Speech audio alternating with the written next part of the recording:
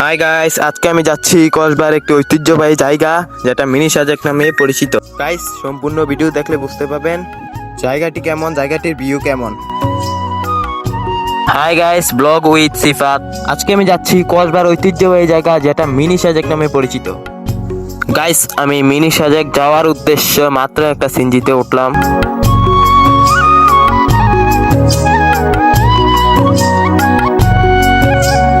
এখন guys CNG থেকে নেমে ডাইরেক্ট একটা অটোতে উঠলাম নয়নপুর বাজার থেকে। এখন গাইস আমরা যাচ্ছি মিনি সাজেকের উদ্দেশ্যে। গাইস, আমি অটো থেকে নেমে চলে আসলাম পেটু বাংলাতে, যেখানে শহীদদের কবর। এখানে একটু ঘোরাঘুরি করবো গাইস, তারপর চলে যাব মিনি সাজেক। এখান থেকে মিনি সাজেক যাওয়ার জন্য প্রায় 1 মিটারের মতো হাঁটতে হয়।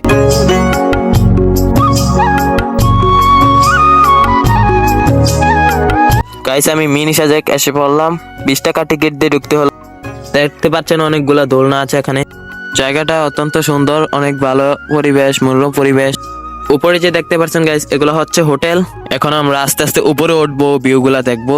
গাইস আপনারা দেখেন, আস্তে আস্তে উপরে উঠতেছি সিঁড়ি দিয়ে।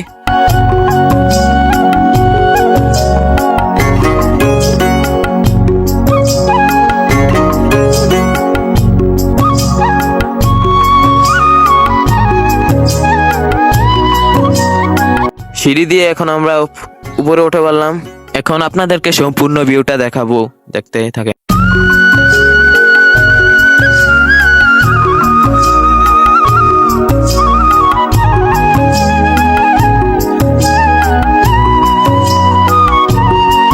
গাইস, অনেক উপর থেকে অসাধারণ একটি ভিউ দেখা যাচ্ছে, মাশাআল্লাহ।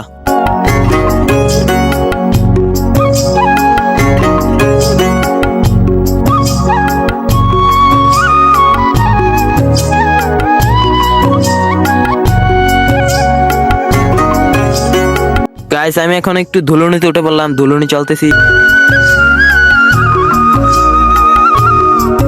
উপর থেকে ধুলুনি চলতে অনেক ভালো লাগে গাইস। আপনারা যদি আসেন তার অবশ্যই ধুলুনিটা চলবেন। উপরে ধুলুনি থেকে বা গাইস বসে বসে ভিউটা দেখতেছি, অনেক সুন্দর মাশাআল্লাহ। ভিউ দেখতে দেখতে গাইস দেখতে পাচ্ছেন সন্ধ্যা হয়ে গেছে, আকাশ অন্ধকার হয়ে যাচ্ছে গাইস।